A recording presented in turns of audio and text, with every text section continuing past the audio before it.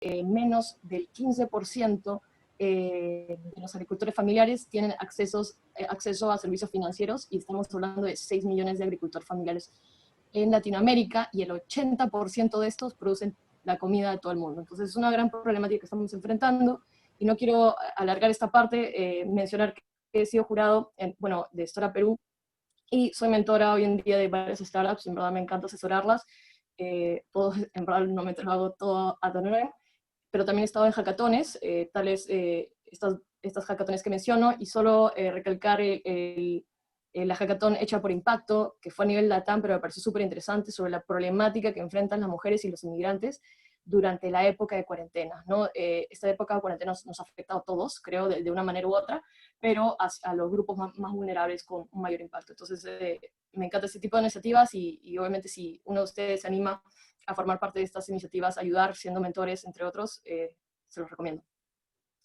Y bueno, no quiero alargar más esto, quiero ir directamente a cómo está el mundo del emprendimiento en LATAM.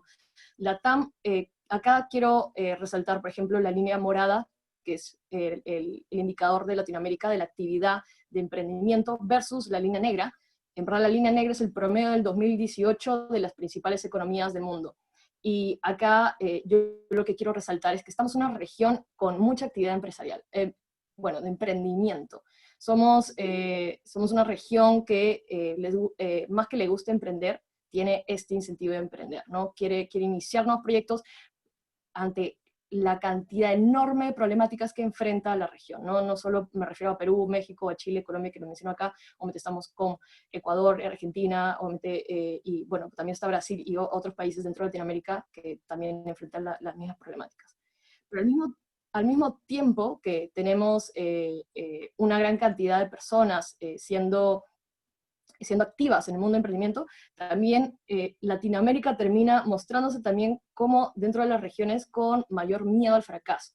Y eso también tiene sentido porque estamos en una región realmente de escasa de recursos, presenta un montón de limitantes. No voy a hablar solo de la burocracia, también estamos con el tema de informalidad, y son todas estas complicaciones que generan de que el reto del emprendimiento en Latinoamérica sea muy difícil, y de ahí también todos los emprendedores que están acá o que han tenido alguna vez un emprendimiento, mis respetos, porque es un proceso, el proceso de construcción, de creación de valor, es realmente complicado, y a nivel profesional y a nivel personal, ¿verdad? Creo que totalmente eso vamos a coincidir entre todos. Entonces, este miedo al fracaso también se traduce el hecho de que, a diferencia de las MIPES o pymes, la startup pasa por este conocido periodo, que creo que acá varios lo deben de conocer, que es el Valle de la Muerte, ¿no? Valle de la Muerte, donde normalmente se producen más gastos que ventas, o peor aún, se está en el desarrollo del MVP. MVP me refiero al Minimum Viable Product, el producto mínimo viable, por lo cual no genera ningún tipo de ventas, y lo único que está haciendo es gastar, ¿no? O sea, bueno, podríamos decirlo como inversión en capital de trabajo, en el desarrollo del producto, pero en sí es gasto obviamente del efectivo, o obviamente de los activos que pueda tener la startup en ese momento. Entonces, esos son los principales, obviamente, inconvenientes, y también de ahí el gran miedo al fracaso que también existe en las startups. Pero yo lo que quiero es darle un giro también a esta noción de fracaso, ¿no? Esta presentación no está llena, por si acaso, de frases, pero me gustaba esta y les quería dejar esta, que es de Thomas Edison, o sea, que no ha fallado, sino ha encontrado 10.000 formas que no funcionan. Entonces puede encontrar así que la siguiente sí sea la correcta, ¿no?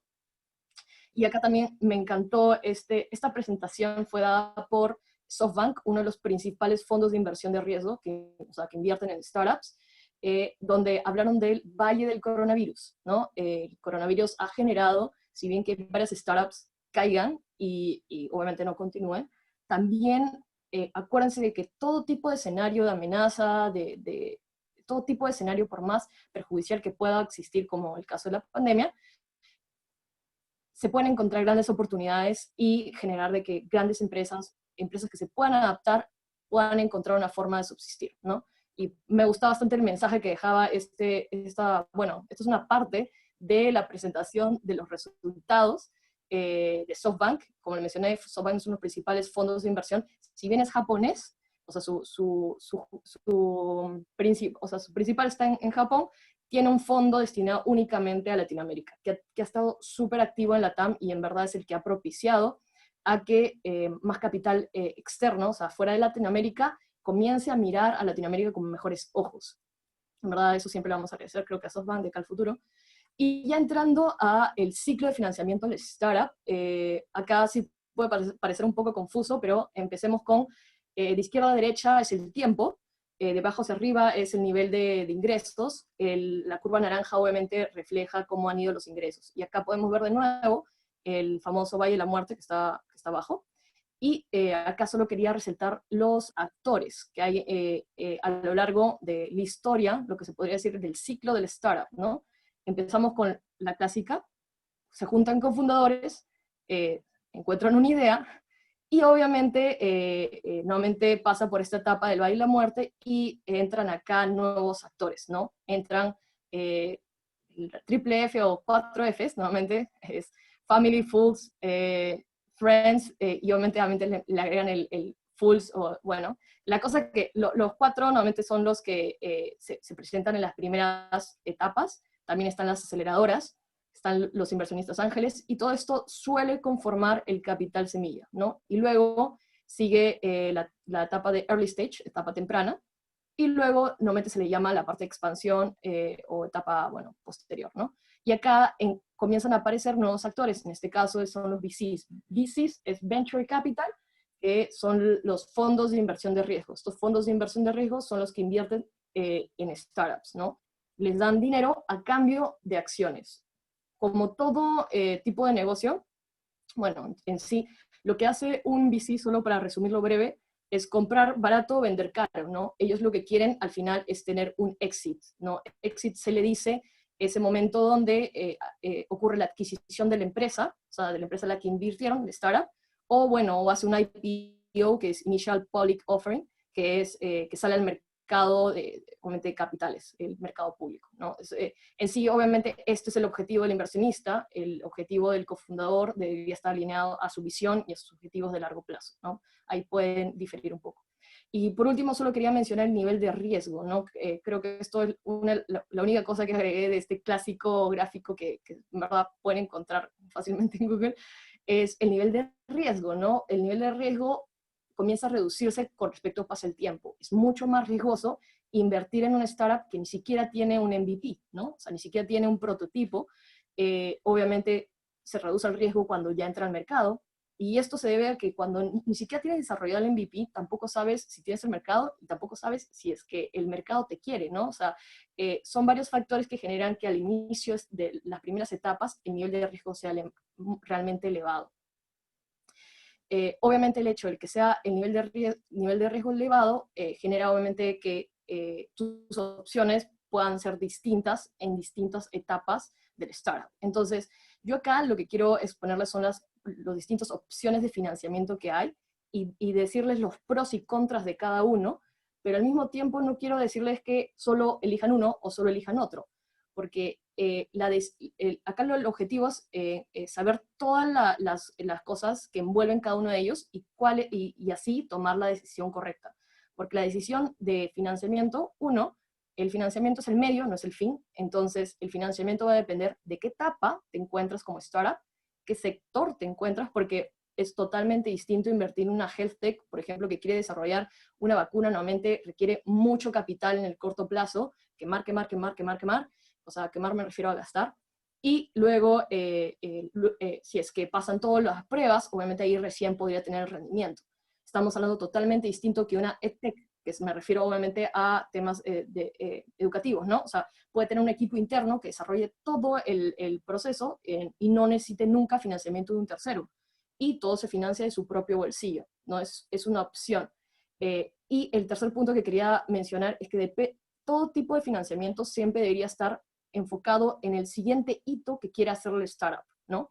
Si tú eres una startup y tu siguiente hito es X y necesitas la cantidad Y de dinero, y no necesitas levantar dinero ni depender de un inversionista, está perfecto. O sea, no es necesario levantar dinero si no lo necesitas, ¿no? Si quieres expandirte a nivel regional y obviamente a varios países, vas a requerir de mayor dinero. y vas a elegir qué opciones tienes y a partir de eso elegir, ¿no? O sea, acá voy a resaltar en verdad los pros y contras, que en verdad me he enfocado a lo largo de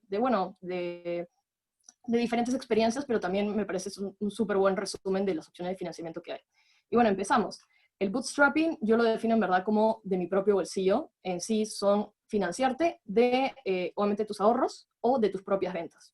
Es muy sencillo. Normalmente se ve en etapas tempranas, en idea, el desarrollo MVP, pero como les mencioné, no siempre es el caso. He visto a startups que aún así que se encuentran en expansión, se han financiado totalmente de bootstrapping y también por ejemplo, premios que no han requerido de que den ningún tipo de acción a un tercero. Entonces, el 100% del accionariado pertenece al startup, ¿no? O sea, solo les quería resaltar ese hecho, ¿no?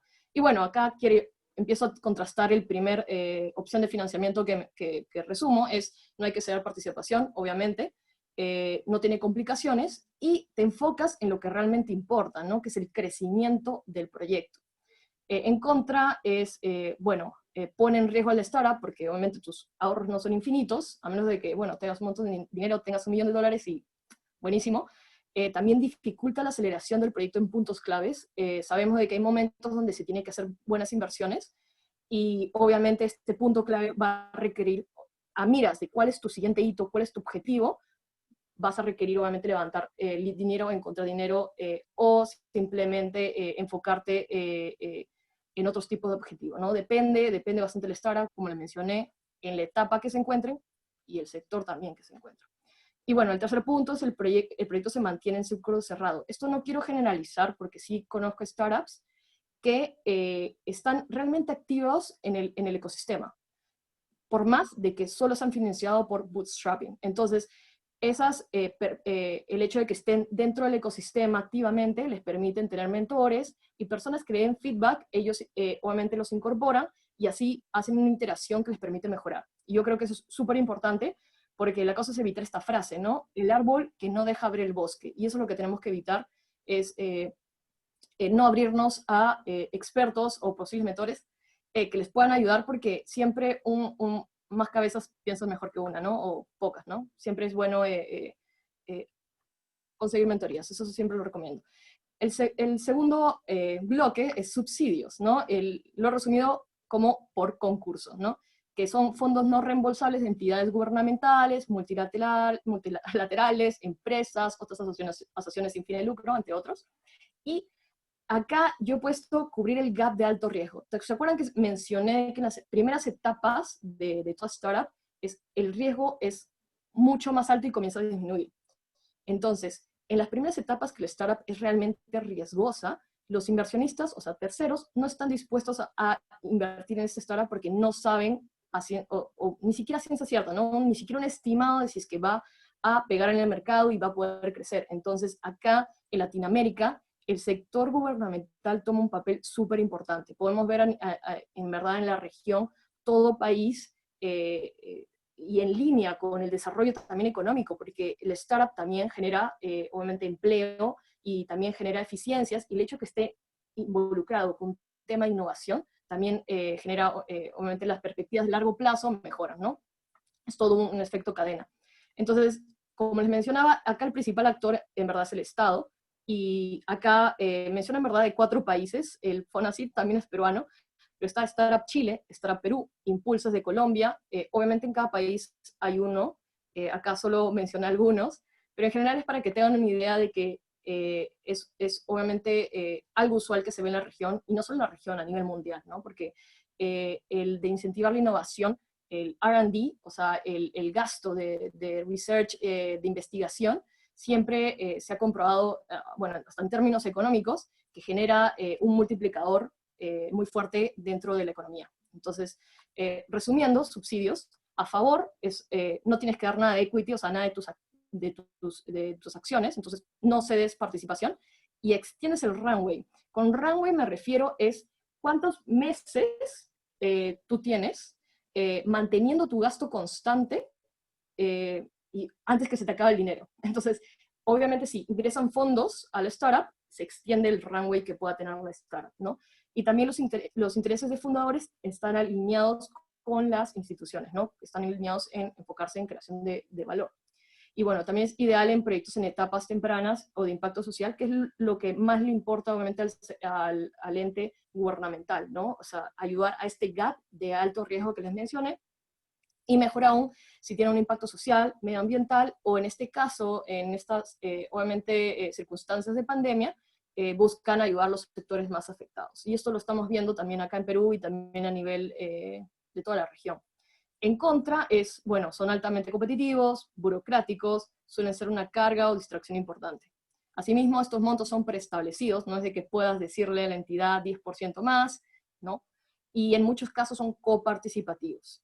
Y para darles unos ejemplos de casos coparticipativos, por ejemplo, en Startup Chile, normalmente es un 90-10, o sea, el startup tiene que dar 10%, el Estado da 90% del proyecto.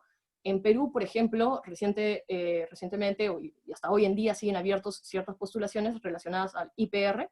IPR es Innovate para Reactivar, donde este porcentaje va de microempresa, por si acaso, porque hay obviamente concursos de microempresa, también de mediana empresa, de pequeña empresa, y obviamente dependiendo de la cantidad de ventas que tengas, pero hablando solo de microempresas, que son las pequeñas, el rango iba entre 50 y 75%, dependiendo si tenías una entidad asociada o no. Entidad asociada normalmente lo veían como universidad, centro de investigación, pero en general son coparticipativos y buscan que obviamente que el fundador, la startup, dé parte de los fondos. ¿Por qué? Porque lo que se busca es la clásica frase skin in the game. Quieren de que el emprendedor, obviamente si da dinero de su propio bolsillo, se alinean más que los incentivos, la motivación, y también buscan de que obviamente el emprendedor lleva a cabo este proyecto, ¿no? O sea, el hecho de que considere que es suyo, él ha dado parte de su bolsillo, normalmente, claro, incentiva que estén alineados los incentivos.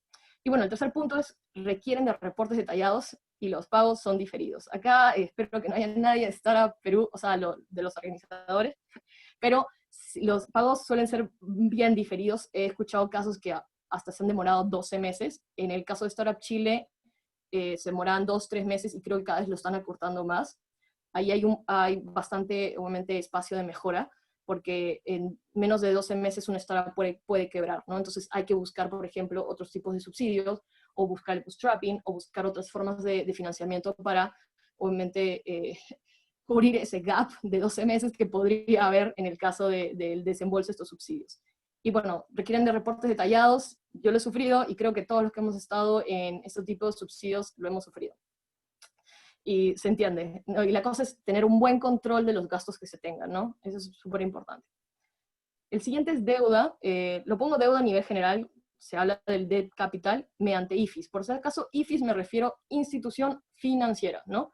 Y pongo los 3 principales casos que vamos a ver en las startups, ¿no? Préstamos de capital de trabajo, de adquisición de activos, que normalmente es más de largo plazo, y ajustado a ingresos, ¿no? Este tipo de financiamiento normalmente se ve en etapa early stage, o sea, como les mencioné, habían 3 etapas que vamos a concentrarnos acá más que todo. Es el seed, semilla, luego sigue el early, edad temprana, y luego expansión, que es later o etapa posterior, ¿no? Entonces, en early stage, que ya es como la mitad de la startup, se necesita que tenga cierta predictibilidad de ingresos, porque si no tiene predictibilidad de ingresos, ¿cómo es de que vas a hacer el repago de, obviamente, la deuda que se tiene? Entonces, esta opción normalmente ocurre en esta etapa del startup, que no es en los primeros pasos. ¿Y esto qué conlleva? A que esta no sea una opción para la mayoría de startups, a menos de que crezcan y ya tengan, por ejemplo, una cierta predictibilidad de ingresos y puedan decir, ok, si yo tengo esta cantidad de ingresos, podría incurrir en esta cantidad de deuda de capital de trabajo. Y si es que tiene un historial, encima podría ser una adquisición de activos de largo plazo, pero lo que sí se ve bastante en el sector es ajustado a ingresos. No obstante, se mantiene la misma problemática, ¿no? ¿Cómo predices los ingresos que vas a tener? Entonces, si es que hay un alto riesgo de que los ingresos no crezcan, sino obviamente estén flat o encima bajen, las tasas pueden ser elevadas. Entonces, acá es una opción muy delicada que tomar, ¿no? Pero el debt capital también tiene puntos a favor, ¿no? O sea, no cedes nada de participación. Obviamente, como en el anterior caso, se extiende el runway, permite la planificación y visión de mediano o largo plazo, y obliga a los fundadores a analizar. Esto lo pongo porque normalmente la entidad financiera te va a pedir cierta documentación que te va a obligar también a alinearte a una visión de, obviamente, de más plazo. Eso es más que todo, por eso lo menciono. En términos en contra, bueno, más o menos lo he mencionado, que significa una obligación al startup, ¿no? Cuyo repago repone, la pone en riesgo. Se busca dar garantías, cuyo proceso puede ser engorroso, y son montos limitados a partir de tu riesgo y tu capacidad de repago, ¿no? Y tu capacidad de repago depende también de los ingresos que has tenido.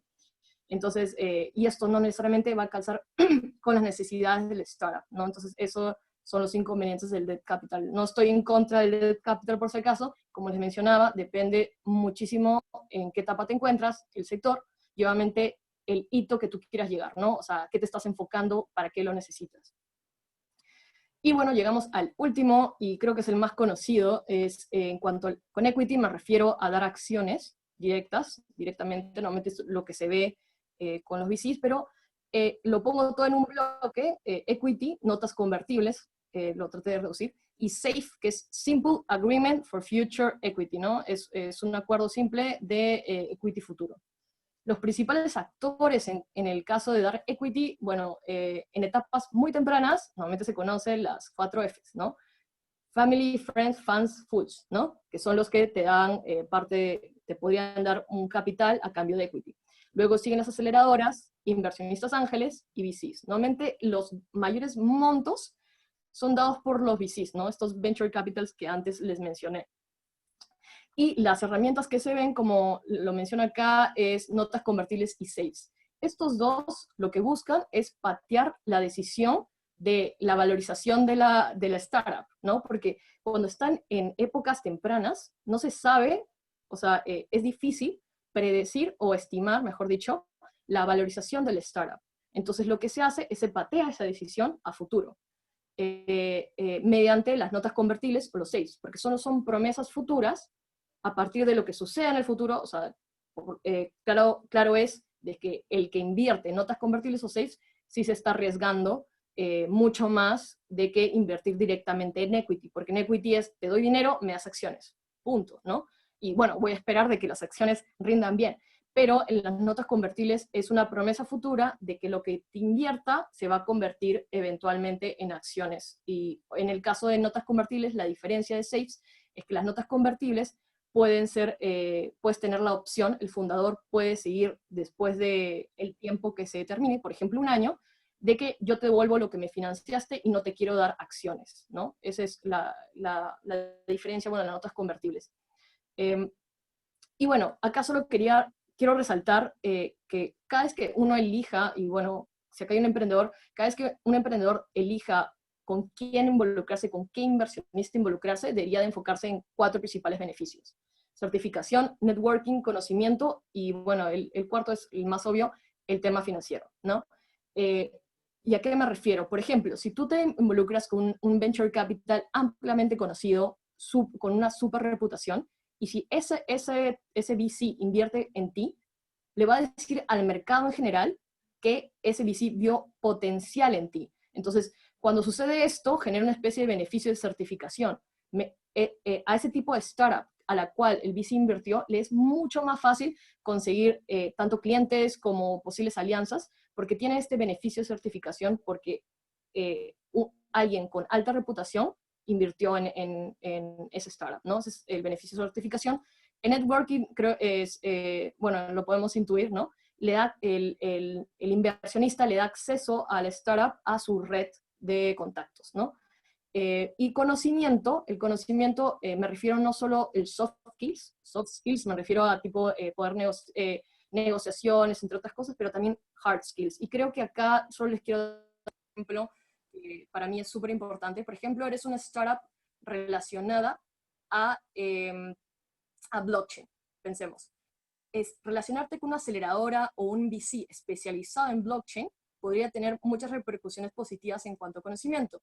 es probable que tenga expertos en la materia y que te podrían ayudar sobre cosas que tú tal vez ni siquiera sabías, ¿no? Entonces, esos son los beneficios adicionales que podría tener involucrarte con este tipo de inversionistas, ¿no?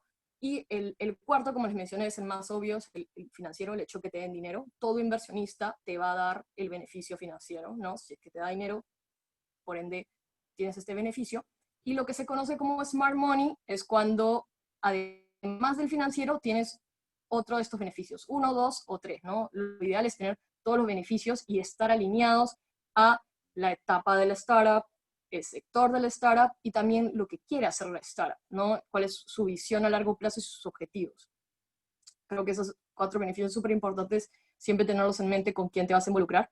Y resumiendo, a favor y en contra también de este sector, es de que extiendes el runway, porque obviamente ingresas fondos y vas a tener un mayor periodo para trabajar tranquilo. Normalmente se busca que el runway sea de 18 meses, divididos en 12 meses enfocados en los hitos a los cuales quieres realizar, y 6 meses para prepararte para la siguiente ronda. Son lo que normalmente se maneja en el mercado, ¿no? Busca siempre levantar dinero pensando en todos los gastos que vas a hacer en los próximos 18 meses. Luego,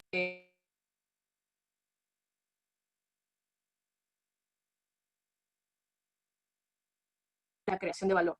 También permite la acción y la visión de largo plazo y obliga a los fundadores a analizar varios detalles del startup. Y acá menciono únicamente largo plazo porque cuando uno se involucra con un inversionista, normalmente no se involucra por 1 año o 2 años, sino muchísimos más años, y por eso es muy importante tomar la decisión con quién te metes en la cama, entre comillas, ¿no? O sea, con quién te vas a involucrar a largo plazo, porque lo ideal es de que tanto el inversionista como el fundador tengan la misma visión a largo plazo. Y bueno, el cuarto punto es permite acceder a montos de capital mucho más altos que de otra forma no hubiese sido posible. En contra, esta sí, la primera es súper obvia, tienes que ceder participación, ¿no? Participación accionariada. Ya la empresa no pertenece únicamente al startup, pertenece a un tercero, ¿no? Y por eso también tienes que cedes el control y tienes que dar explicaciones, ¿no? Inmediata en el caso de equity, tardía, como les mencioné, en el caso de notas convertibles, y saves. Tercer punto, su búsqueda obviamente consume mucho tiempo y puede ser una gran distracción, y el foco, acuérdense, de los inversionistas es puesto en el exit, ¿no? Porque el fin del inversionista es comprar barato, vender caro, ¿no? Entonces, como todo, en verdad, en muchos temas financieros. Y él está enfocado en que se dé el exit, ¿no? El tema es de que puede ser de que cuando el inversionista tenga el apuro de una vez, obviamente, recuperar su inversión, puede ser que presione un poco a la startup. Hay que tener cuidado de que estén alineados los objetivos. Y bueno, acá en verdad les quería mostrar estas cifras, en verdad solo no por el hecho de que estamos hablando de VCs, pero también porque yo tenía una visión que la pandemia iba a chocar fuertemente el sector de venture capital, porque como bien les he mencionado, es realmente riesgoso, o sea, es mucho más riesgoso que otros, bueno, posibles inversiones alternativas, sea como acciones, bonos, hasta real estate. Venture capital sigue siendo más riesgoso, y a pesar de la pandemia, a nivel LATAM hemos visto un incremento de el primer semestre, o sea, comprando primer semestre versus primer semestre 2019 y 20, de 800 a 1000, sin considerar la inversión de SoftBank, porque si consideramos la inversión de SoftBank, sí vemos una caída. Pero ojo, ¿por qué les hablo sin el efecto SoftBank? Porque solo en el 2019, bueno, hizo 17 operaciones SoftBank, pero una de ellas fue el de Rappi, donde fue 1 billion, que es 1.000 millones de dólares, ¿no? Entonces, si quitas solo esa operación, ya se baja más o menos la mitad. No, bueno, no es exactamente la mitad, es como que un tercio.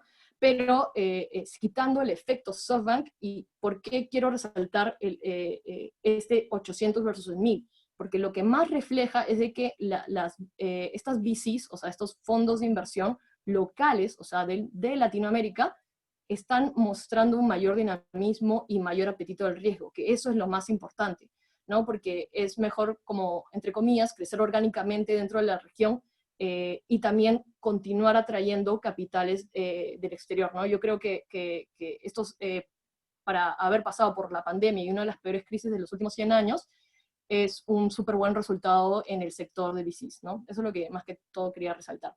Y mencionar algunas inversiones bueno, este es el primer semestre del 2020, la verdad. Y vemos de que casi todas, solo la última es de Argentina, todas las demás son de Brasil. Y solo para mencionarles un caso que me es súper interesante, es el caso de logística. iFood, que es de Brasil, adquirió domicilios en Colombia por el 51% del equity, y el otro 49% lo tiene Delivery Hero, que es alemán, que justo hace poco, o sea, en la última semana, ha adquirido todas las operaciones de Globo en Latinoamérica. Entonces estamos viendo que se está consolidando bastante el sector logístico, bueno, logístico me refiero obviamente de partición más que todo de comida, aunque es claro, se están tratando de diversificar en otras cosas y compitiendo contra Rappi. Entonces esto va a ser, el mercado de logística probablemente sea súper interesante en los próximos meses, y bueno, acá mencionarles otros tipos de inversiones que han habido a lo largo de lo que va el 2020, ¿no?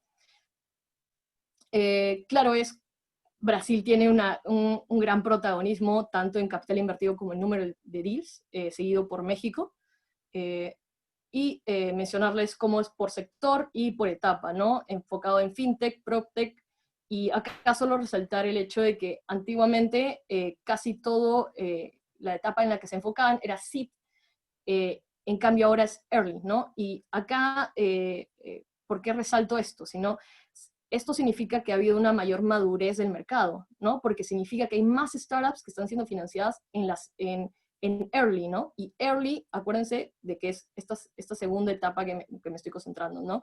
Entonces, vemos que el sector, la región en general, está empezando a madurar, a tener startups más desarrolladas, lo cual es un buen indicador que también va a traer más capital a la región.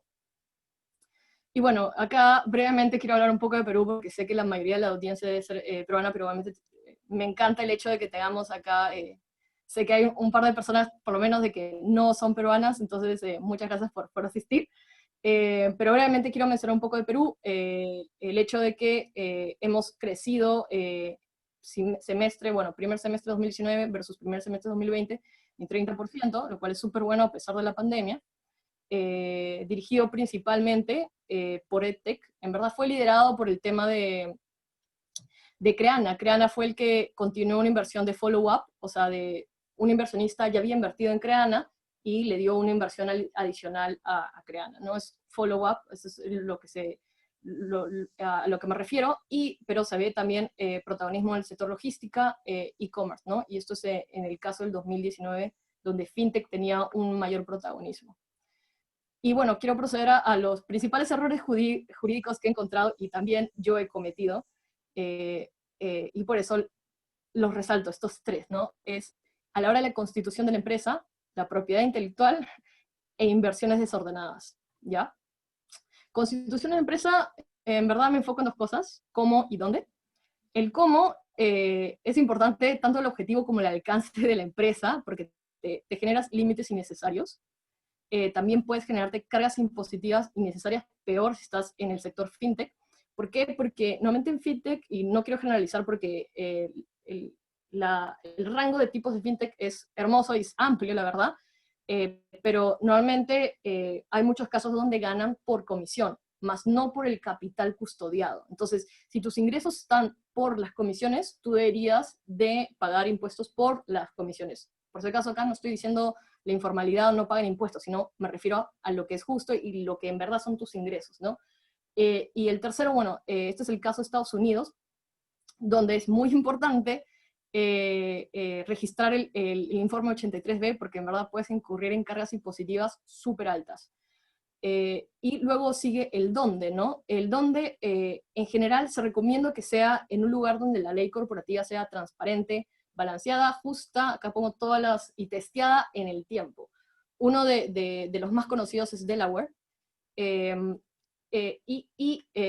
es el hecho por el cual sucede en muchos casos que cuando uno quiere levantar capital, te van a exigir, por ejemplo, terminas creando primero tu empresa en Perú, y quieres levantar capital, que el inversionista, que normalmente es más especializado, te va a exigir de que lo crees en Delaware, por ejemplo, o en un lugar donde la ley corporativa obviamente ha sido ampliamente testeada en el tiempo. Porque también, imaginen que tengan que invertir en una nueva ley corporativa, tendrían que gastar en todo el tema de due diligence, o sea, de chequear y analizar todas las leyes relacionadas al nuevo país por revisar, ¿no? Entonces, eso es uno de los, del dónde que quería resaltar.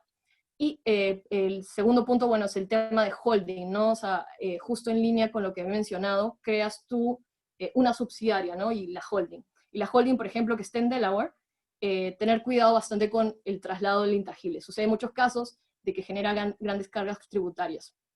En propiedad intelectual, y de acá lo pongo, durante la vida del startup, porque es importante esto verlo desde los inicios. Y bueno, las patentes en verdad para mí tiene importancia, pero en ciertos sectores, ¿no? Tales como foodtech, que puede ser, que en verdad es muy importante que tenga las patentes relacionadas porque es parte del intangible del startup, ¿no? Y también, bueno, relacionados a la sostenibilidad de la empresa, cosas que los puede poner en peligro, ¿no? Que es cuando un cofundador se va, cuando un trabajador importante se va, ¿no? Y es primordial que la propiedad intelectual se quede en la startup y no que cuando alguien se salga, pues la startup termine siendo un cascarón sin nada por dentro, ¿no? Y obviamente genera atrás al conseguir capital, porque imaginemos, ¿qué inversionista va a querer invertir en una startup cuya propiedad intelectual ni siquiera le pertenece, ¿no? Empecemos por ahí. Y bueno, obviamente posibles demandas e indemnizaciones. Y en cuanto a inversiones desordenadas, acá pongo súper claro, tener las reglas del juego claras, ¿no? Tanto tu cap table, tenerlo lo más simple posible. Cap table me refiero a la estructura accionariada que tienes. Al inicio de toda startup, el 100% le corresponde a los cofundadores. Pero cuando se agregan nuevos inversionistas, obviamente comienzan a agarrar partes del accionariado. La cosa es tenerlo lo más simple posible y que los términos y condiciones relacionados no imposibiliten que nuevos inversionistas potenciales puedan entrar. Y todo fundador, si bien puede contratar a un abogado para esto, debería entender los términos más principales y generales de todas estas negociaciones, que siempre están englobados en dos cosas, en términos de economía y temas de control. En economía normalmente está relacionada a la valorización, que normalmente es una negociación, y la mejor forma de saber el tema de valorización es compararte con startups cercanas, o también hay como plataformas que normalmente ven varios comparables, sea Crunchbase, incluso Charlie.io. Hay muchas otras plataformas en las cuales puedes estimar cuál es la valorización de la empresa, pero obviamente en etapas muy tempranas esto va a ser bastante subjetivo y puede ser muy variable, ¿no? Y en temas de control, ¿no? La participación que va a tomar, si va a tener una persona en el directorio, cuántos votos va a tener, y la información que, por ejemplo, que tenga que darle startup al inversionista mensualmente, anualmente, qué información, y esto determina el funcionamiento y el financiamiento futuro, ¿no? Porque si se termina siendo muy engorroso o exige muchos procesos que tenga que hacer la propia startup, que no tienen nada que ver con su giro de negocio, ¿no? Porque, y acá lo que me refiero es que el startup no debe de perder la versatilidad y libertad de enfocarse en lo que debería enfocarse, ¿no? En su cliente, en su core, en el negocio, crecer ventas, ¿no? Ese debería ser el foco de la empresa, ¿no? Alineado, obviamente, con su visión de largo plazo, ¿no? Bueno, acá solo resaltar ciertas frases que me encantan siempre tener en mente, ¿no? Levantar dinero no es el medio, o sea, es el medio, no el fin, y obviamente las condiciones finales de toda negociación deben de buscar ser justas para todas las partes, ¿no? Y ojo que la apuesta del emprendedor y el inversionista siempre es a largo plazo, entonces se tiene que tener bastante cuidado con eso, y que tener la idea, por más la idea más increíble que pueda ser el mundo, no agrega valor o no vale nada, bueno, en contraste con llevar a cabo todo el proceso engorroso, difícil, complicado, que es desarrollar la startup, ¿no? Entonces, acá de nuevo decir que mis respetos a todos los emprendedores, en verdad he conocido emprendedores súper increíbles, y que obviamente desarrollar la startup o desarrollar todo lo que han logrado es si bien a caras de todo el mundo se ve la parte hermosa, ¿no? Que los hitos que han logrado y todo lo que han hecho, aparte de atrás sé que es un proceso súper difícil por momentos, pero también súper gratificante. No lo cambiaría por nada mi etapa emprendedora, y que la sigo haciendo mediante otra startup. Sí, y se aprende muchísimo de ello.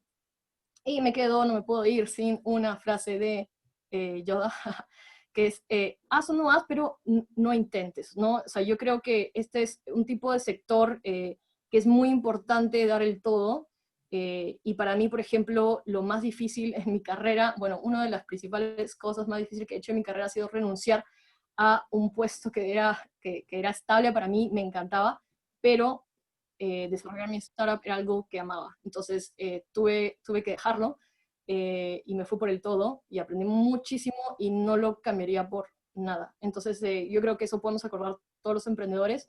Es un gran reto, pero vale la pena. Y bueno, les dejo acá mis contactos.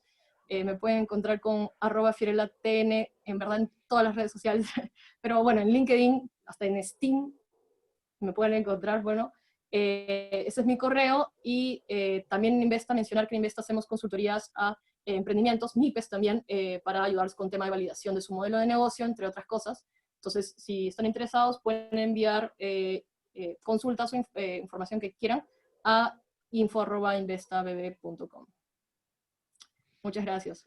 Muchas gracias, Fiorella. Gracias por la excelente ponencia que hemos tenido el día de hoy. Creo que has hecho una radiografía, pues, de los tips, que más que tips, pues, es la realidad misma, ¿no? Creo que, como bien dices, pues, el ser emprendedor en nuestro país es un acto heroico y que merece todas nuestras felicitaciones y todos nuestros agradecimientos, porque definitivamente, pues, son un brazo muy fuerte para movilizar la economía, sobre todo en estos tiempos de pandemia, ¿no? Y en ese sentido, pues, Fiorella, vamos a pedir a nuestro público que puedan proceder con las preguntas, con los comentarios que deseen, pues, en todo caso pueden levantar, pueden señalar la manito arriba en el chat y podernos nosotros habilitar la participación de ustedes, ¿no? Pero en realidad yo tengo bastantes preguntas y creo que son preguntas, algunas técnicas que seguramente nos vas a poder ayudar, pero me gustaría comenzar con una pregunta más general, ¿no? Esta pregunta que en realidad todos nos hacemos, ¿no? El Perú prácticamente son pocos años los que están recién tomando pues la posta, liderando el tema de poder emprender o poder crear un ecosistema emprendedor en Perú, y sobre todo pues liderado en este caso por el Ministerio de la Producción. En ese sentido, ¿tú cómo ves esta participación? ¿Es algo endeble o qué necesitamos para fortalecer realmente esta participación que tiene Estado, quizás también con el sector privado? Sí, en verdad ese tema no es tan alentador que digamos. O sea, hablando de Perú, creo que la TAM podría diferir porque hay buenas iniciativas que se están dando, pero en términos de Perú, comenzamos a ver buenas iniciativas que en verdad el ecosistema le encantó, porque si es que uno compara, por ejemplo, el caso de Startup Chile, ellos abrían las puertas al mundo trayendo startups de diferentes partes para que lo apliquen en Chile. En Perú siempre fue puertas cerradas y eran startups únicamente peruanas. Y comenzó a tomar esta iniciativa que iba a ser un soft landing de startups internacionales en Perú. Llegó pandemia y se cayó. Y otra cosa que quisiera mencionar y que tampoco es tan alentadora es de que acaban de anunciar, en verdad, si no me equivoco, hace una semana, que iba a haber una reducción del gasto que se iba a hacer como porcentaje del PBI en innovación. Entonces, ya estamos en la cola. O sea, en esta presentación no lo llegué a poner porque iban a ser demasiadas diapositivas y no quería hacerlo tan largo, pero iba a poner el contraste del gasto en R&D, o sea, en temas de innovación, de investigación por país, y Perú no se encuentra en una posición buena, que digamos. O sea, estamos más o menos en la cola, y esto se debe a que no hemos priorizado eso. Yo creo que la economía, en verdad, claro nos da de que si bien temas de tanto el capital humano, obviamente, como bueno, el capital físico puede generar, claro, que la economía crezca, el tema de innovación genera un multiplicador mucho mayor. Y yo creo que nos deberíamos, o sea, deberían de invertirse mucho más en ese tipo de iniciativas. Sé que produce, o sea, el Ministerio de Producción está haciendo o sea, está tratando de llevar a cabo este tipo de procesos, pero escapa de sus manos también el mismo sistema, ¿no? Y creo que el mismo sistema nos ha hecho dar como una cachetada reflejada hasta en los indicadores relacionados al COVID, ¿no? O sea, tenemos un sistema de salud deficiente, un sistema de educación deficiente, un sistema de innovación deficiente. Si bien no todo es malo, o sea, yo creo de que el hecho de que expongamos estas deficiencias también permite oportunidades y lugares de mejora. Yo estoy segura de que acá, estoy muy segura, en verdad, que hay muchos emprendedores que, si bien no son solo peruanos, están en búsqueda de generar impacto, ¿no? Y yo creo de que empezando por eso es un gran paso. Si bien no vamos a tener todo el capital ideal, a diferencia de economías desarrolladas, tratamos de sobrevivir como se pueda, ¿no? Y yo creo que la cosa es oportunidades en el mercado, hay que ir a buscarlas, las hay. Hemos visto reflejados de que las inversiones en la región y en Perú han aumentado, entonces el apetito al riesgo extranjero está ahí. Entonces, eso es uno de los números más alentadores que podemos ver e identificar respecto tanto a la región y Perú, ¿no? Que ahorita nos encontramos en una situación realmente difícil, ¿no? Sí, efectivamente, ¿no? Y bueno, esta parte pues que tú mencionas, ¿no? Las deficiencias que tenemos en nuestro país, tiene una doble connotación, porque finalmente, pues, estas mismas deficiencias, como tú mencionas, pues, son las oportunidades que hacen al emprendedor ver oportunidades de negocio, ver oportunidades, pues, de solucionar ciertas deficiencias en los diferentes estamentos, pues, tanto salud, educación, etcétera, etcétera, ¿no? Y bueno, te voy a hacer una pregunta difícil, pero ya tú verás cómo nos respondes, pero ¿cuánto le falta al Perú para tener nuestro primer unicornio como país? O sea, es bastante complicado quizás ponerle una fecha, pero en base a las experiencias pues de grandes y de promisorias pues startups que estamos viendo, que están apareciendo en nuestro país, ¿cuándo crees, cuánto nos falta para poder tener nuestro primer unicornio, Fiorella? Uy, sí, esa es una cifra complicada, ¿no? Porque si nos vemos en el sector, por ejemplo, Colombia ya tiene tiene con Rappi, en Brasil por lo menos tiene 3 unicornios, uno es Nubank, Argentina tiene Auto, justo lo mencioné, que fue es el último que ha habido, pero si no me equivoco tienen otro, que también es un unicornio. Chile está en camino, en verdad, con un par de potentes startups. Perú, no voy a decir de que no hay potenciales, o sea, yo creo que sí hay potencial. El cuándo, ese sí sí considero que es realmente complicado. Yo no le doy ni este ni el próximo año. O sea, yo podría estimar que podría ser tipo finales del 2022 o más.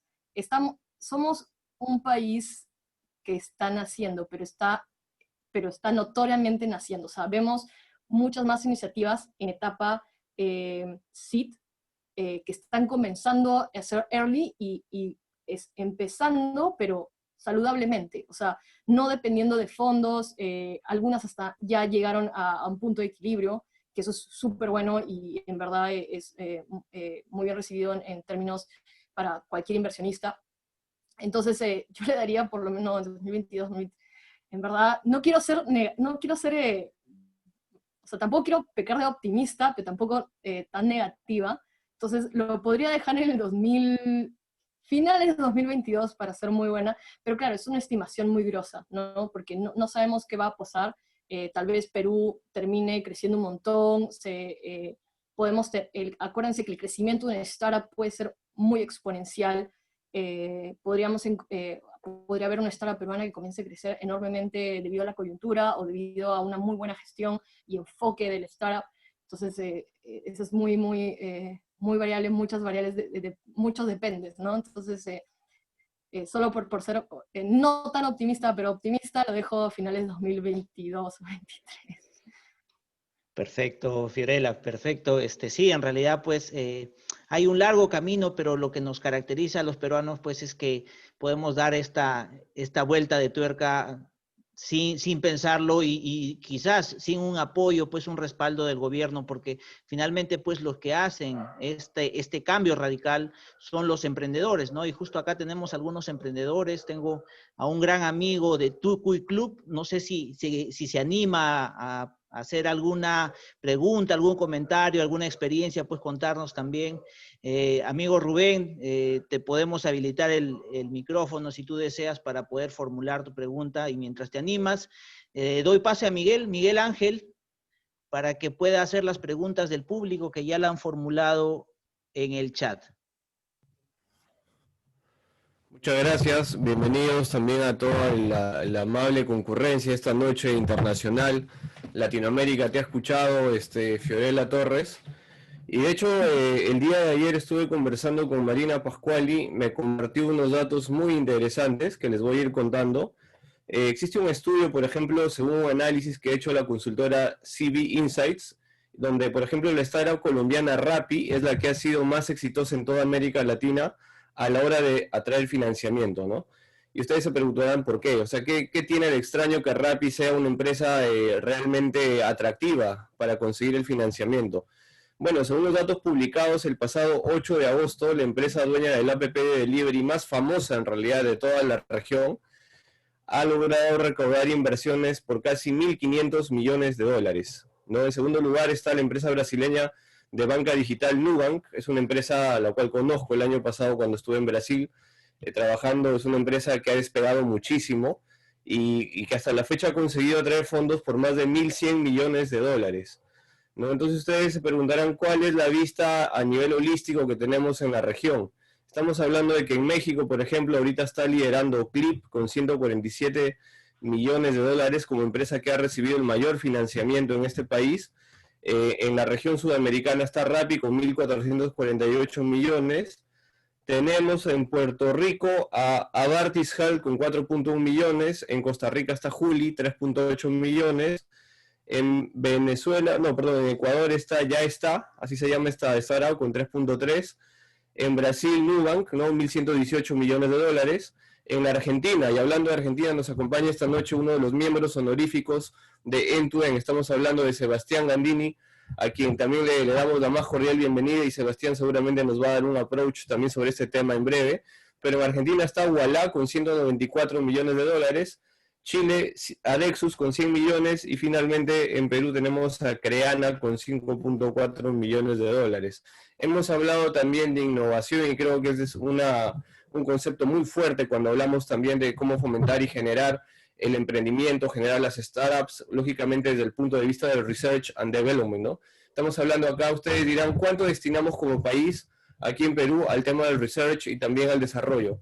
Estamos hablando de que Perú hoy en día, por ejemplo, según fuentes de Human Development Report, está aproximadamente en el 0.1 como porcentaje del PBI, o sea, prácticamente nada, ¿no? A comparación de otros países, sin ir muy lejos, por ejemplo, Bolivia tiene 0.3 como porcentaje del PBI, Colombia tiene 0.2, Argentina 0.4, Chile 0.6, y así vamos a ir subiendo a otros países de la región, ¿no?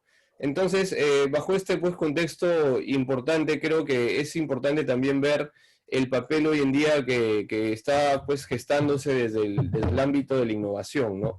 Hace un par de meses atrás, cuando tuvimos la oportunidad de tocar el tema de la innovación en la Escuela de Negocio Digital, se hablaba mucho de ese trinomio que debería existir lógicamente entre el Estado peruano, empresa privada por otro lado, y también la academia, la universidad, ¿no? De hecho que se planteó inclusive un modelo de negocio, un modelo que fomente este emprendimiento. Hablamos del modelo de Klein, hablamos un poco de la teoría, pero vemos que hoy en día pues no tenemos en realidad, creo yo, ese apalancamiento en el punto de vista de la innovación.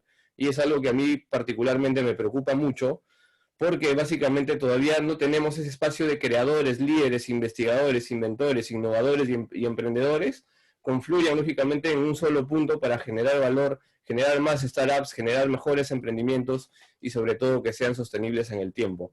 Entonces, en relación pues a todo esto que les comento, no sé, Fiorella, ¿cómo ves tú el panorama de cara pues al corto y mediano plazo, sobre todo viendo la etapa post-COVID, ¿no? Que es una etapa muy importante? Se habla mucho de que en esta etapa, por ejemplo, miles de empresas han renacido, muchos se han rediseñado procesos, modelos de negocio. Entonces, ¿cómo ves tú la etapa post-COVID en cuanto al el tema de las startups? Yo en verdad no pensé, o sea, en verdad les he mostrado varias cifras de cómo ha ido, obviamente, las inversiones de VCs en Latinoamérica y en Perú, pero no solo, bueno, porque era importante mostrárselas, pero también porque me sorprendió a mí muchísimo de que hayamos visto un incremento tanto en Latam como en Perú, cosa que por la coyuntura pensé que se iba a ir, para no decir al tacho, iba a disminuir bastante. Entonces, por lo visto, el apetito al riesgo de inversionistas extranjeros o los mismos VCs locales se mantiene, ¿no? Entonces, eso es lo que a mí me genera una visión no tan negativa del sector. Y también que o sea, uno si comienza a analizar las startups que hoy en día siguen operando, han logrado adaptarse muy bien a la coyuntura. Y es más, les menciono brevemente, LAPCA, que hace varios reportes a nivel regional, hizo una encuesta a muchas startups, y si bien cuando les preguntaron cuál es el efecto de la pandemia en sus usuales como líneas de negocio, sí como un 40, o sea, un gran porcentaje sí decía que les afectó negativamente.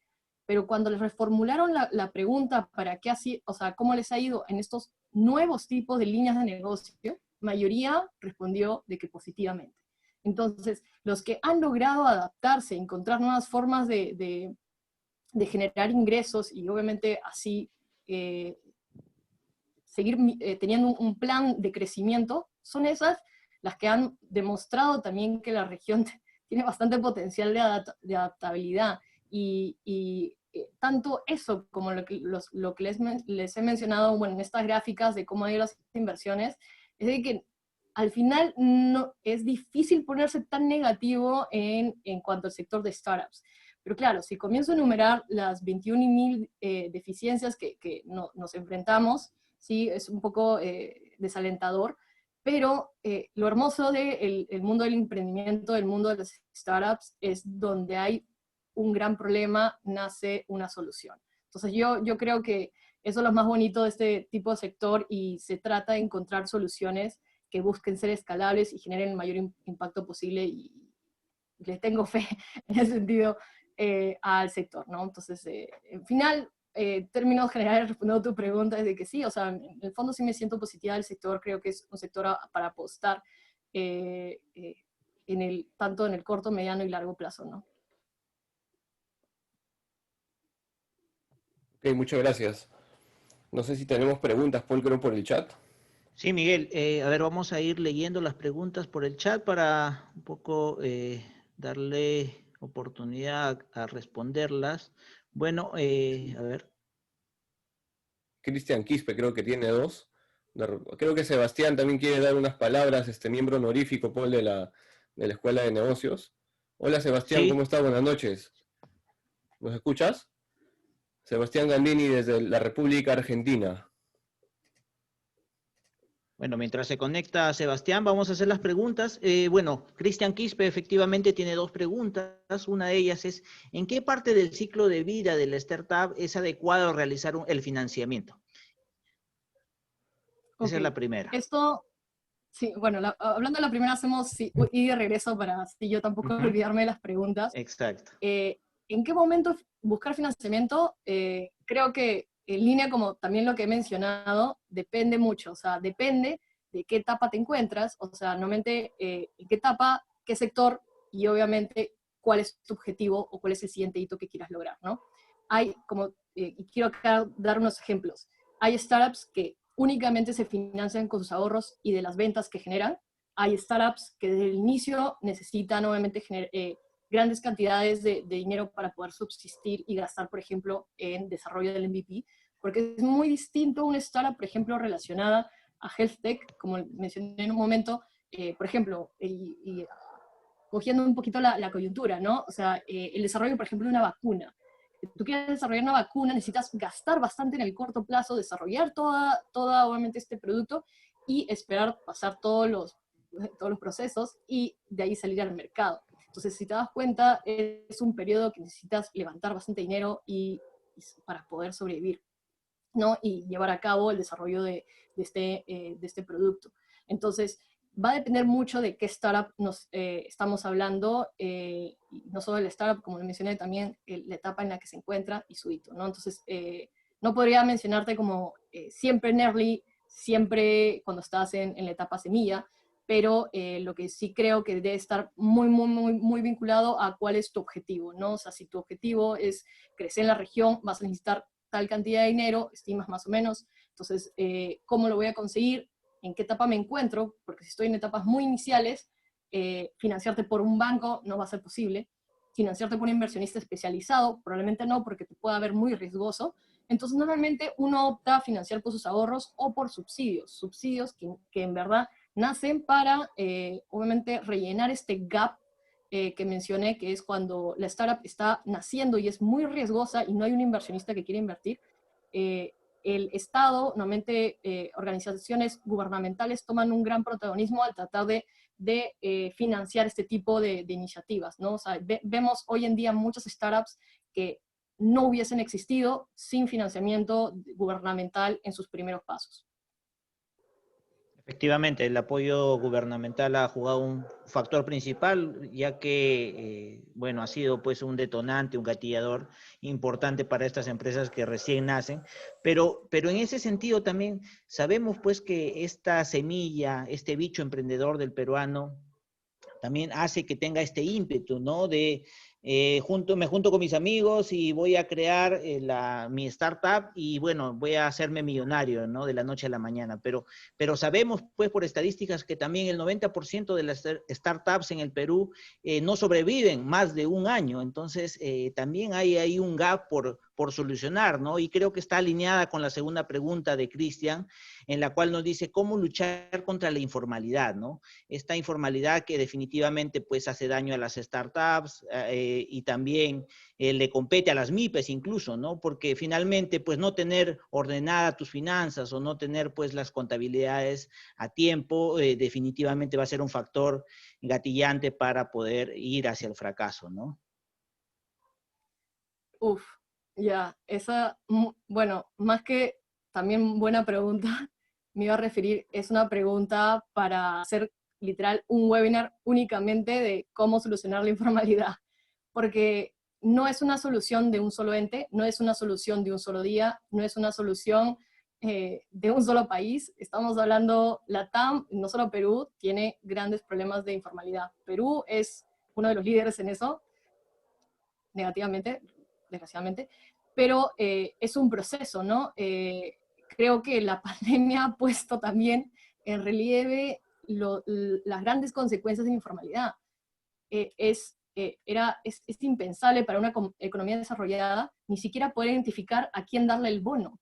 Es impensable el hecho de que no sepas a cuántos darles el bono, ni siquiera a quién, cuántos, y encima tienes una población de personas que ni siquiera están registradas, ¿no? No solo, y no me refiero solo a inmigrantes, ¿no? Entonces, genera muchas distorsiones. La informalidad creo que podemos acá hablar bastante en términos de cuáles son sus consecuencias, pero en cuanto a cómo solucionarlo, es empezar implementando beneficios, porque cómo, empezando desde la empresa, o sea, ya ni siquiera la persona natural, ¿cómo haces que una persona jurídica pase de la informalidad a formalidad? Solo va a pasar así si es que encuentra más beneficios siendo formal. ¿Y cómo encuentras más beneficios siendo formal? El Estado tiene que buscar incentivos a que quieran pasar, ¿no? Entonces, una opción, claro, es reducir obviamente la carga tributaria, el hecho de que el estar formal puede cerrar mejores contratos con empresas grandes, o buscar otras alternativas, obviamente, esto es lluvia de ideas, es tratar de encontrarle una solución a esto, pero es en general incentivar a que se pasen a la formalidad. Pero obviamente, si el costo de ser formal es tan alto, no lo van a hacer, porque es un tema de incentivos, es un tema porque al final la decisión suele ser principalmente económica, ¿no? Entonces, ahí el inconveniente. Entonces, bueno, no me quiero explayar con el tema porque Sí, claro. económicamente hablando o sea, se puede hablar muchísimo de ello, pero sí, o sea, yo creo que es un Da para gran otro problema que webinar, necesitamos. como dice Fío. Exacto, es un tema ya macroeconómico y las decisiones que se tengan que tomar ahí van a importar mucho, ¿no? Porque definitivamente esas van a ser consecuencias positivas o negativas en el corto y mediano plazo, ¿no? Pero bueno, la gente está muy animada, está formulando sus preguntas y bueno, me han pedido, Quique me pidió pues abrirle el micrófono y también el video para poder formular él mismo sus preguntas. Adelante, Quique. Bueno, gracias. La verdad no pensé que iba a activarse el video. Pero igual gracias, Fiorella, por tu participación, por tu exposición sobre todo. Y quería hacer otra consulta sobre los acuerdos de no confidencialidad. ¿Qué tan necesarios los ves y en qué stage del startup? Ok, perfecto. En verdad, mira, este es un tema que al inicio era controversial, pero usualmente cuando tú tienes una reunión con un VC, un venture capital, me refiero a un fondo de capital de riesgo, si él tuviese que firmar un NDA con cada persona, con cada reunión de startup que tiene, ¿te imaginas el gran costo legal que tendría que llevar a cabo? Entonces, esto se debe a que, para darte una idea, y también que se mencionó un poco antes, ¿no? De 90% de startups no sobrevive, pero yo encima he visto, en verdad, números diciendo que de 100 solo una termina siendo exitosa, ¿no? Entonces, encima el ratio cada vez es menor y hasta he visto VCs cuyo funnel, o sea, por ejemplo, funnel me refiero, por ejemplo, recibía arriba una cantidad de startups que ingresaban y le decían para ver si es potencial startup a invertir o no. Obviamente luego tenían reuniones, luego veían sus estados financieros, luego tenían más reuniones, y la última terminaba siendo un 0.1%. Entonces, encima hay data que dice que es mucho más complicado encontrar no solo al exitoso, sino a quién le vas a dar el dinero. Entonces, normalmente no se pide NDA cuando se trata con VCs, pero claro, tú dirías, oye, yo pongo en riesgo la información confidencial que le vaya a dar. Pero acá es el gran atributo que te da el hecho de que sea un VC con gran reputación. El VC, el historial que tenga de inversiones y también historial que tenga como buen jugador en el ecosistema de startup es vital para el VC. Si es que el VC se atreviese a difundir información que era o sea, en contra tuya, o sea, porque tú le das información y lo utiliza negativamente, te aseguro que si tú lo publicas, te puedes bajar una VC. Entonces la VC nunca va a correr riesgo de estar como que utilizando la información que les dan las startups. Entonces, si bien el NDA no se suele pedir, disminuyes radicalmente el riesgo mediante el riesgo reputacional que tiene el venture capital. Pero sí, o sea, es una práctica que ya no se suele hacer, en verdad. Pedir NDA a un venture capital es mal visto por los mismos partners de los venture capitals. No lo recomiendo, no recomiendo pedir NDAs. NDA solo pídelo cuando se trata de un convenio, por ejemplo, que tengas con una empresa, ¿no? Una empresa, o sea, no me refiero a un venture capital, sino una empresa, un corporativo, y que quieran hacer tipo un negocio juntos, ahí sí, un NDA. Un NDA cuando trabajas con un asesor externo. Un NDA cuando trabajas obviamente con tus propios trabajadores, o sea, que también la propiedad intelectual se quede dentro del startup. Entonces, es muy importante enfocarse no solo en los NDAs cuando tienes reuniones con posibles inversionistas, sino también con tu mismo equipo, ¿no? O sea, o con asesores externos, ¿no? Entonces, yo creo que el tema de NDA no se rige únicamente al tema de inversionistas, sino hay que verlo a nivel amplio, ¿no? Muchas gracias. Gracias, Quique, por tu participación. Sí, pues en realidad creo que nos hemos quedado con muchísimas preguntas en el chat.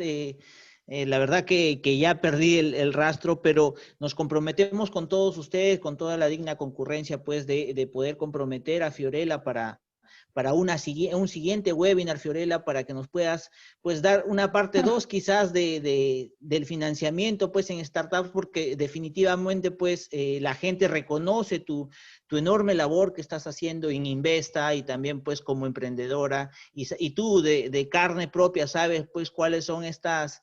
Has pasado el Valle de la Muerte para poder sobrevivir a esta difícil pues labor que es ser emprendedor en nuestro país. Y bueno, pues la digna concurrencia también te agradece muchísimo. Gracias, Eduardo, por tus palabras. Gracias, Maximiliano, desde Argentina también. Dice que ha trabajado contigo en algún momento, se han visto, así que gracias por estar presente con nosotros el día de hoy. Y bueno, no sé, Miguel, si tienes palabras finales para poder ir cerrando esta noche de webinar, pues emprendedor, que gracias a Fiorella, pues el día de hoy hemos tenido el agrado de tenerla, ¿no?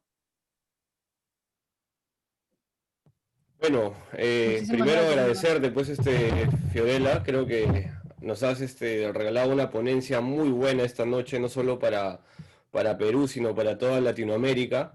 Encantados de poder volver a tenerte en este espacio. Este es tu casa, este es tu espacio, End-to-End Talks. Y también me sumo a todos los agradecimientos que están por el chat, creo que son muchos en el streaming igual. Gente, por ejemplo, de México, gente de Guatemala, que también se ha sumado hoy día a esta transmisión. Por supuesto, la gente de Argentina, claro que sí. Mis hermanos chilenos de igual manera. En fin, creo que está de más, pues quiero volver a reiterar el profundo agradecimiento y sentido de todo el público latinoamericano para esta ponencia de hoy día.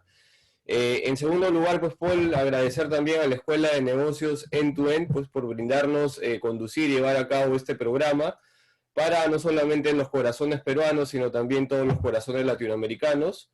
Y creo que pues en esta última parte ya del bloque nos gustaría de repente, Paul, ver cuáles son los próximos compromisos, así como escuchar a Fiorella Torres en la última parte. Fío, por favor, tus palabras finales para ir cerrando.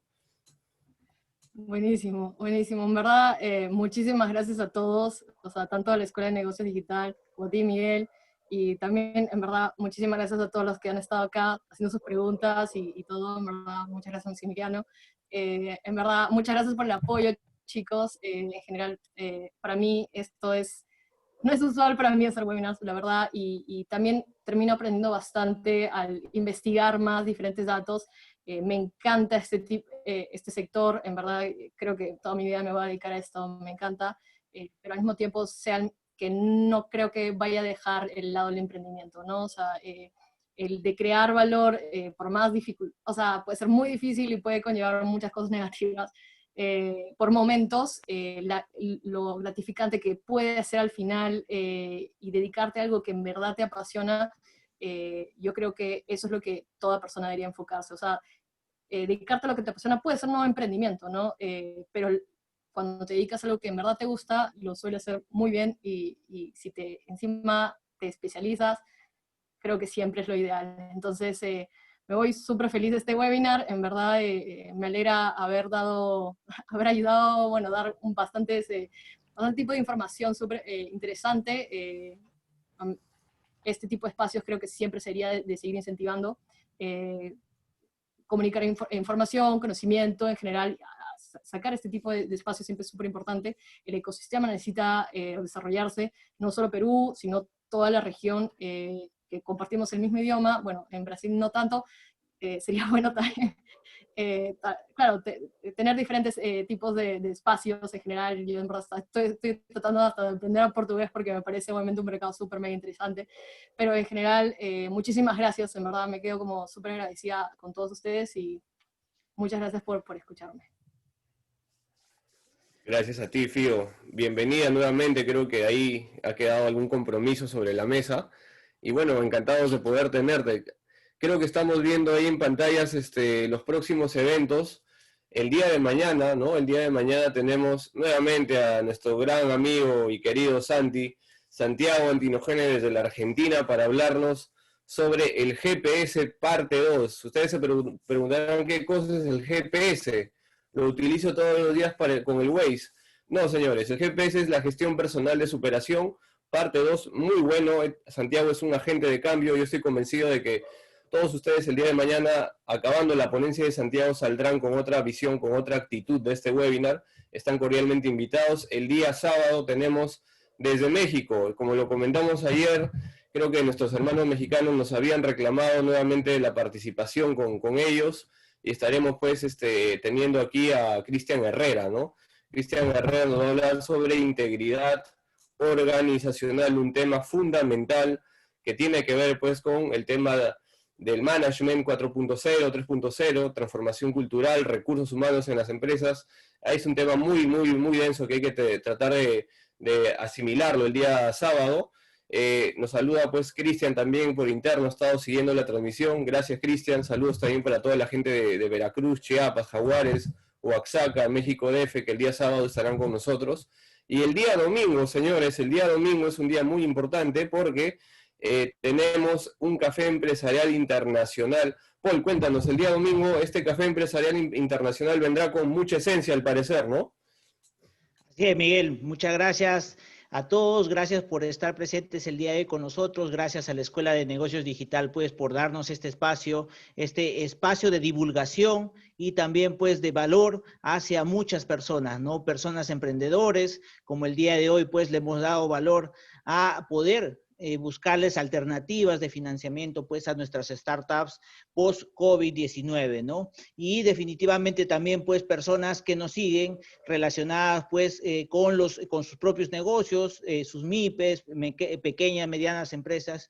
Y el domingo pues los invitamos cordialmente a todos al café empresarial, ¿no? Un café empresarial internacional. Tenemos personas pues de Argentina, Perú, y también vamos a tener un invitado especial desde la ciudad, desde el país cafetero, desde Colombia, mis amigos, para todos ustedes, para poder hablar un poco del acontecer noticioso, el acontecer de los negocios, cuál es este ecosistema, pues, político, económico, social, que definitivamente nos vincula como países hermanos. Así que todos están cordialmente invitados a este café empresarial. Bueno, finalmente, pues, para no salirnos del formato, Miguel, agradecerte también por estar el día de hoy, por estar presente con nosotros en la escuela, en tu Talks, y por permitirnos pues compartir tarima también con Fiorella, ¿no? Y muchísimas gracias, Fiorella, gracias a ti por pues tu buena disponibilidad con nosotros, gracias a tu empresa también, a Investa BB, por estar con nosotros y por permitirnos pues tener mayor información acerca de las startups y cómo este ecosistema pues viene creciendo día a día.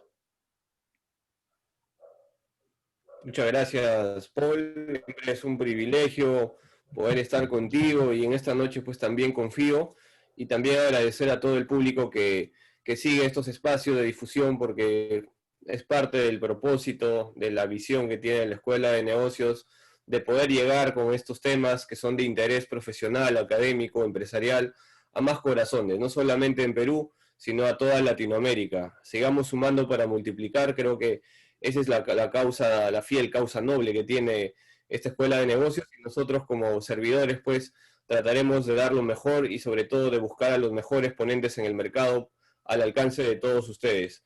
De mi lado, Paul, siempre un privilegio estar con ustedes. Muchas gracias. Será pues hasta el día de mañana, Dios mediante. Gracias, Fío. Un abrazo. Muchas gracias a todos. Un abrazo. Cuídense. Chao, chao, cuídense.